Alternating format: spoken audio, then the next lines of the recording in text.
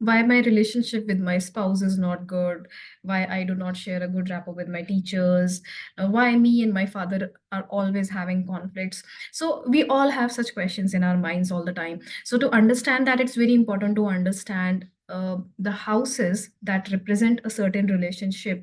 Are they in a good state? Are good, exalted, friendly planets placed in those houses, or aspecting them, or the lords of them are placed well? If not, then we could definitely have issues in those relationships.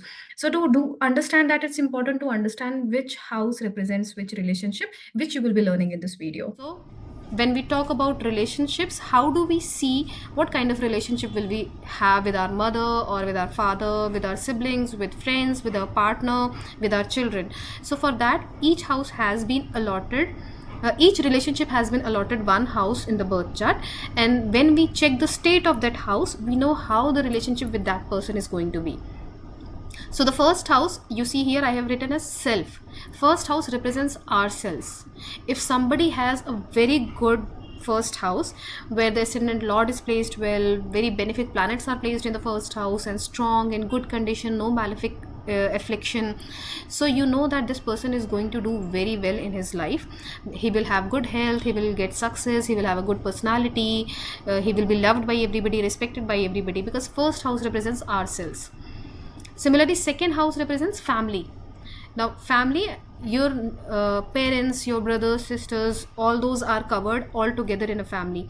So, if somebody has an afflicted second house, probably if Ketu is placed there in the second house, that person will not have great relationship with his family, will not be very close to the family. So, if we have to see how the person will have the relationship with the family, you will see the second house. Because when you start giving consultation to other people, you will very often get these questions. Will my married life will be good? How will be my children? Will they support me when I grow old? Will my relationship with my in-laws will be okay? Why I always lose my friends? So these are very common questions that you will get. So when you get those questions, that is how you need to proceed with the prediction. You will see the house which is responsible for that relationship, then make the predictions accordingly. So second house is for family, third house is for siblings. Usually it is called younger siblings because 11th house is seen for the elder siblings. So younger siblings are seen from the third house. I have made predictions for some people in the past.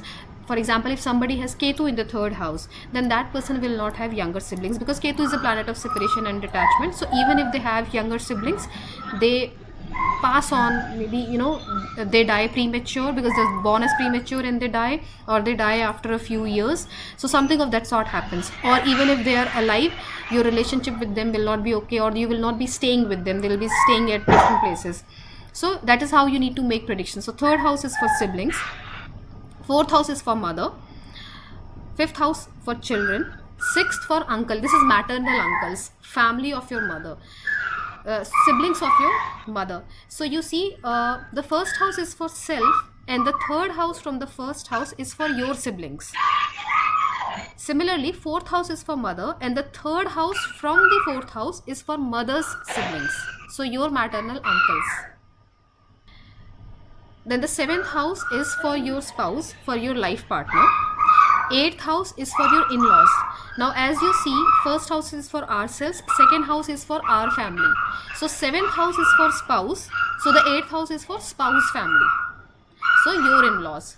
So if the eighth house is afflicted, if you have Rahu, Ketu, Saturn placed in the eighth house, not in a good state, not in exalted or friendly signs, you will have issues with your in-laws.